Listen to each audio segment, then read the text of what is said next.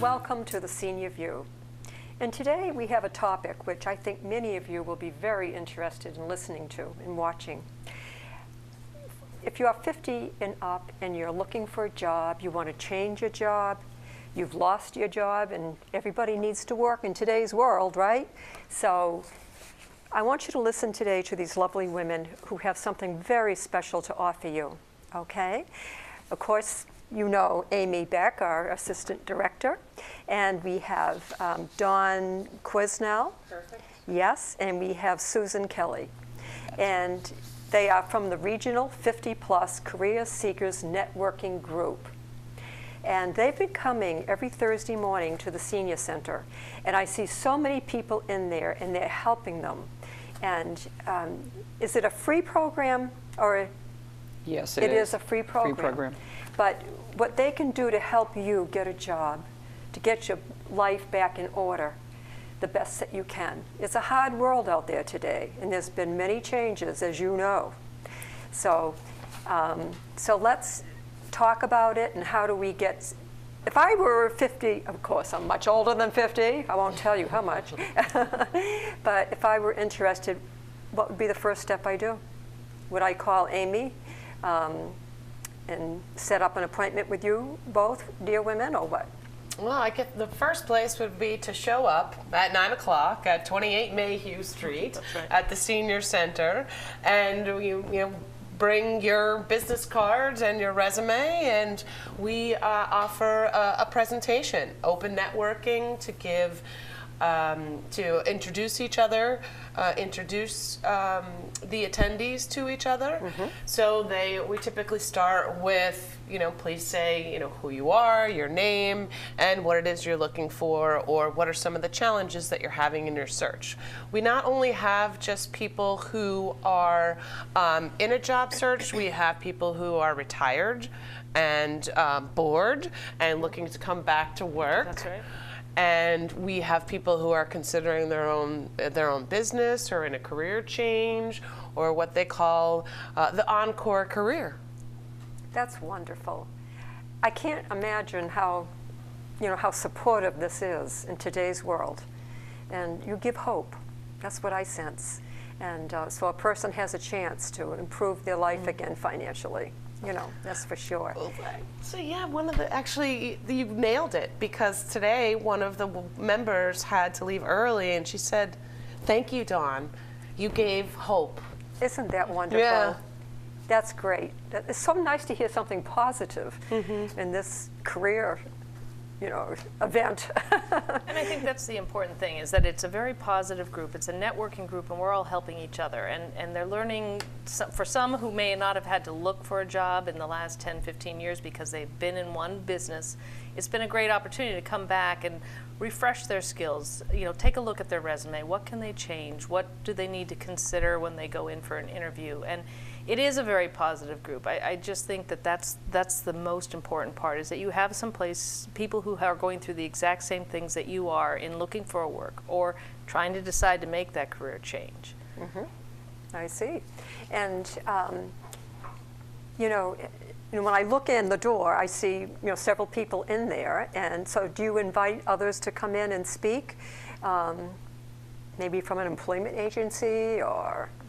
Well, one of the things that this was our pilot program. I mean, this program was started in February of this year. It was a concept that I had come up with and was able, fortunately, to get funding from the MCOA to write the program and launch it, and find some very talented group leaders and co-facilitators to run it. And we actually have this program in 4 different locations right now in this pilot year of fiscal year 16, Hopkinton being one of the sites. But we have just recently gotten approval for funding to continue the program on into fiscal year 17, so we're really excited about being able to provide guidance and tools and resources and services to people who are in various phases of their career search, from, you know, total panic and desperation, all the way up to, you know, I'm retired and I don't want to retire anymore. But one of the reasons why this program was started is because in the 35 plus years that I've been doing career coaching, I've, you know, had the opportunity to work with people that are in the 50 plus demographic, and it's become very apparent to me, particularly in more recent years, with the limited job availability, that people in this demographic are facing not only all of the challenges that career seekers face, but there's a whole nother layer of challenge that they're faced with because of you know, what people don't like to talk about, and if you're in HR, you're not allowed to talk about, but it's age bias or age discrimination. So part of what we're trying to do in providing specific topics each time we meet is to weave in to each one of those topics, whether it's creating a resume or creating a robust LinkedIn profile or interviewing or attending a networking event or a career fair, is to weave in how do you overcome the age discrimination challenge? How do you turn that into a positive? And so our mantra is networking works and age is an advantage. Wonderful. And everybody is welcome. And not everybody is looking for a full-time position. Some are looking for part-time. In fact, one woman today was like, I want a 4-day work week. Others, you know, another guy, he just recently retired 60 days ago. And, you know, he's still figuring it out. So some people are, everybody's bringing their own set of goals and initiatives on what they want out of the group. And what I enjoy providing is just a forum so that people are allowed to come and talk and share what are the challenges that they're having in their job search. And some, it's just like, I don't know what I want to do next. And that's okay. You don't have to have all your ducks in a row. You know, the point is to come and, you know, learn from each other. One of the mottos that I've brought is really, it's collective wisdom. You know, everyone who comes to the group brings years of experience. And collectively, we're sharing each other. Just because I facilitate and moderate the group, there are other professionals who have been on the other end hiring and contribute that way. Others who have gone in for interviews and overcome the objection before it really is an objection of, well, you're overqualified. The code word for you're too old. But I think We are not too old. Right. But what I think is interesting is we've had a very mixed group. Like we said, we've had those who are looking for that career. We also have people who may be coming back into the workforce, who have been, you know, stay-at-home mothers, who are now saying, okay, my kid's in high school, now what do I do? Yes, I'm 50. I've been out of the workforce for 10 years, 20 years, or whatever, you know. And I think what's interesting is you have the meeting of the minds. You have those who are, you know, that IT specialized, accounting person or whatever, you know, financial person.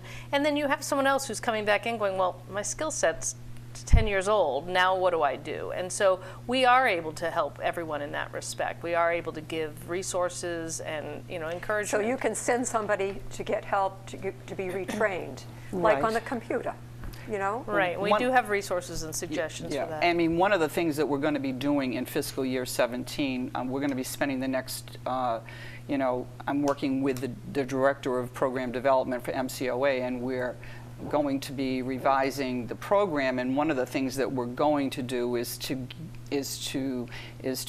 seek out the regional and local career centers. There are 32 of them located throughout the state, and get them to be very proactive, collaborative, strategic partners with us, because they have tremendous resources that we can also tap into, whether it be to bring a guest speaker in or to send our attendees to the centers to get additional training and so forth. One other critical thing that I wanted to mention is the whole reason why the formation of this is in a networking format is because all statistics say that, and the statistics keep increasing year after year, probably 85 to 90% of all jobs are found through networking. And a lot of people don't realize that. So a lot of people spend so much time online, putting their resume out there, looking at Monster and looking at Indeed.com, and not that those don't hold some value to make people aware of what's available. But at the end of the day, I would say, based on my own personal experiences of dealing with people over the past, 35 or so years, that maybe even 95% of them end up finding their job through networking. So the format for this program is a networking format where people can come and feel safe and comfortable and learn how to network and learn how to interact with other people and learn how to present themselves and figure out, how to, present a 30-second elevator speech and create a business card. And ultimately, at the end of the program, we are preparing people to attend career fairs, which can be very useful. And we've actually had several people that have attended career fairs that we've been co-sponsoring that have ended up getting offers and jobs, which is something that's really, really great. It's like a big success story for not only for Hopkinton, but for the other locations that we have right now in Halifax, Barnstable, and Springfield. So, Well, you people are very busy. I can see how this is a confidence builder. Absolutely. And because, you're taking somebody from 0 to 10, and with 10 being the highest.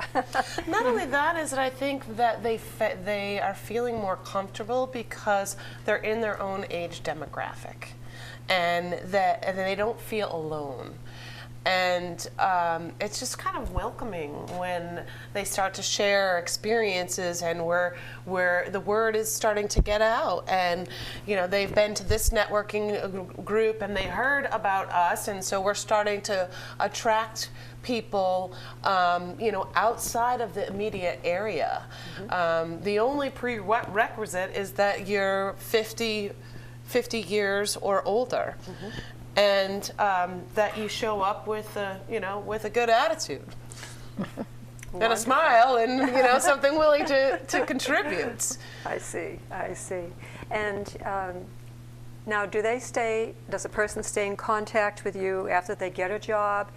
If they need advice, or just to, tell you what's happening in their life, and they must be so grateful. So grateful. Well, you must feel so good about yourselves. Yeah. You're angels. I mean, when Well, I don't know if I'd go that far, but I'll speak for myself. Okay. But the first first meeting we had, this is a pilot program, so it's new, so we don't have an extreme amount of data. But what we do have is that there was an employer who came to one of our first meetings, and we encouraged them to stay, and he ended up hiring one of the attendees. And so we've kept in touch that way. And that we do have a LinkedIn group and an email list, so those people are getting communicated at least once a week, or if not more. Yeah. I mean, we send out information She gets about the most.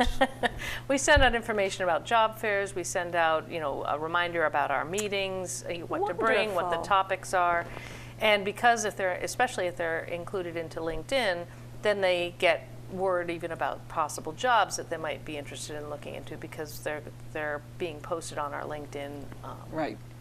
group. Yeah, one of the things that I did was to create a LinkedIn group to support the program. So everyone that attends the networking meetings is invited to join the networking group, and all of us that are a part of it are on LinkedIn. And then I, through all of the the network of contacts that I've developed over, a period of years of people in the HR community, I'm inviting all of those people to join as well. So it'll be a symbiotic kind of group where we're posting interesting articles, we're posting jobs. I'm encouraging HR people to post their jobs directly onto the group.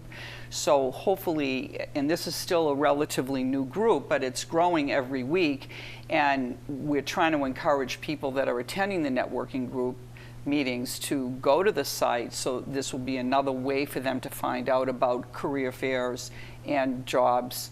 And hopefully that will expand and get to communicate with one another. I will say that some of the success stories at the other locations at Barnstable and Halifax, we've invited everyone that has found a job to come back if they can. I was going to ask. To speak to the group and to share their experience. And we actually have had a couple of people come back to the group who have conveyed, some of the things that they got out of the meetings, as well as some of their own personal experiences. And that's been, really exciting for us, because it really helps the other people that are in the group, as you say, to give them, hope and confidence that this can happen for them as well. So as we continue on with the program, hopefully we will have many more success stories that we can share. I had one gentleman who was at the Hopkinton meeting this morning who came up to me at the end of the meeting, one of our more seasoned attendees, and classic case of somebody who's feeling like, I really should retire, but I can't. And we certainly see a lot of that challenge. But he did come up to me and say to me that he has attended many other networking groups during his job search, but he said that this is by far the best networking group experience that he's having, and he's attended now, I would say, at least a half a dozen times. I think you know who I'm talking about. And so that's very rewarding too. And I've actually had that feedback from some of the other groups as well, that people are saying that the way that we're approaching this is different, it is unique, and it is targeted specifically to this demographic. So it's making people feel far more comfortable and confident to have that experience. And it's not just a lecture. You're really connecting to the person. And I think another differentiator is that each person who is facilitating the group is a certified and trained career coach. So I've been in my own private practice as a certified career coach for the last 13 years. Susan has been for 35 years. We have in common, we were both recruiters. So we placed people in jobs. So you're not just getting someone who, no disrespect to anyone who's in HR who says, oh, I've been in HR for X amount of years, now I'm going to call myself a coach. And I think there's something welcoming, and I think the other important thing is make them feel safe and comfortable, that they can share their experience. And that, I'm not, I say with all of my clients, I'm not the expert in you. We're here with our collective wisdom to share and support each other. And there are times, even today, there was somebody that came up to me after the meeting, and I said, how's it going? And she said, this has not been a good week, and she was almost in tears. And so having that kind of one-on-one with a professional career coach, I think that we're providing a lot of support to these people and making them feel right from the very beginning that it is a safe environment. And, and as you talked about today, Dawn, losing your job is a major life loss, no different than if you lose a loved one or you lose a relationship. Losing a job is a major loss, and you actually do go through the 5 different phases of grieving. And we've all dealt with people that are in the denial phase, like this didn't really happen to me. So we try to walk people through all those different things. Each time we meet, there is a special topic that's addressed, And then there is all of this opportunity in a guided way to learn how to network and to encourage people to network with one another. And I think that, that's certainly something that makes us unique. And the other thing is, because we have been in the recruiting business, having been on the other side and knowing what companies look for, that's one of the things that I took into account when I developed the program, is to try to have topics and strategies and guidance to help people understand how to think like an HR person would think. And you can't really do that if you haven't been on the other side of the desk. So having, both of us have been on both sides of the desk, and that really gives us an advantage in terms of being able to provide guidance to people. Like, what are recruiters really looking for in a resume? What are they really looking for when you're on the interview and you're asked those, common questions? What is an employer looking for at a career fair when you walk up to his table?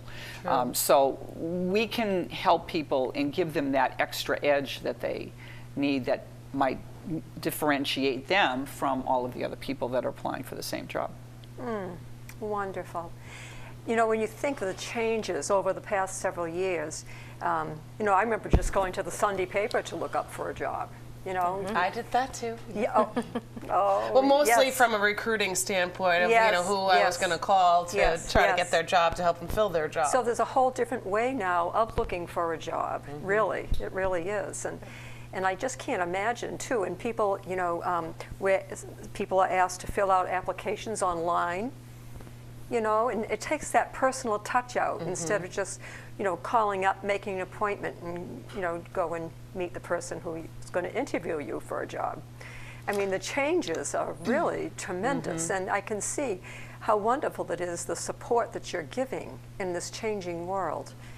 And really, it's wonderful. Well, I mean, I think one of the things that we do, there are two aspects to that. One is helping people develop their skills on using social media, whether it's LinkedIn or conducting research, but learning how to use the computer as a powerful tool to help them in their job search, and to help them realize the value of a robust LinkedIn profile. So we're trying to give them those skills, and many people come into the networking group, particularly in this demographic.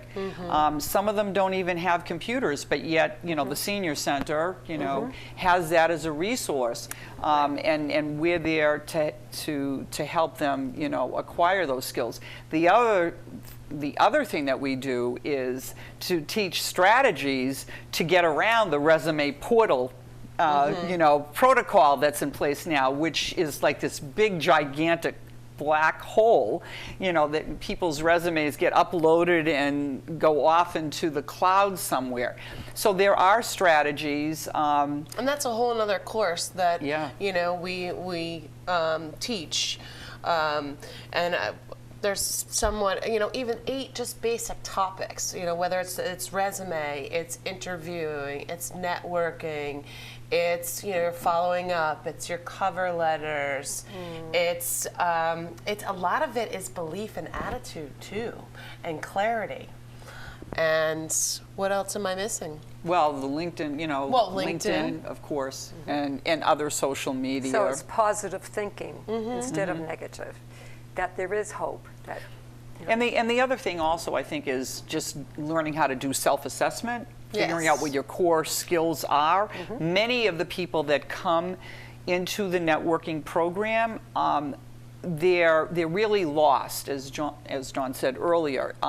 They maybe they were with the same company, as Amy said, for 15 or 20 years. They've done the same thing for all that time. They were a known entity, and now they're like, okay, where do I go from here? And so one of the things that we help them do pretty early on is to do a self-assessment, figure out what their core competencies are, and then figure out how are those transferable? What are the transferable marketable skills? What are the target industries that you can go after? What are the target markets within those industries? What are the target jobs within those markets? And then who do you know? And how do you network into those new avenues? So, you may have been on this road for 20 years, but we believe that there's a lot of exits off of that highway, and we help people sort of figure out how to navigate to those exit ramps and onto a new road that will lead to a great new job. What's wonderful, what I sense is that a person, as you said, isn't alone, and that through the process you are there with them when they have questions. Once they start and they get maybe a little confused or a little frightened, they can call you and what's happening, and am I doing okay, and what more can I do? Well, it's wonderful. One of the other things that we're starting to do now, which is a little bit of a shift from when we first started, is to save the last half hour of the program for one-on-one coaching. Wonderful. So, they come in the, the first half is networking, the second half is more didactic with some kind of topic, and then we give them a half an hour where they have a chance to get free, one-on-one coaching with a professional. And how good you must feel when you're doing this. I mean, because you're giving and you're helping somebody. Really, you must feel so good inside your own selves. Well, I think like anyone else, you have to really stop and acknowledge yourself. Yes. Because, it's what we do. And so thank you for the reminder. You deserve, listen, so much praise. Okay, Amy, do you have any closing thoughts? Well, just that, if you have any further questions, you can give me a call at the Senior Center, and I can let you know of our upcoming dates and meetings. We do meet twice a month from 9 to about 12. That allows for that last half hour of... Isn't there a special event in June? We will at some point be hoping to have a career fair that may, I think at this point, summer being a big vacation time, it may be the fall. Okay. All right, well, we have to close now, but I just want to thank you so much, Susan and Dawn. Thank you. And Thank Amy. you. Thank you for coming today. We hope this has helped you. Food for thought, okay? Just like your garden grows. Take care of yourself and listen and step out and try, okay? So call Amy, and she'd be very happy to answer your questions. So thank you for coming. Thank you for having us. Thank you for watching, and you have a good night.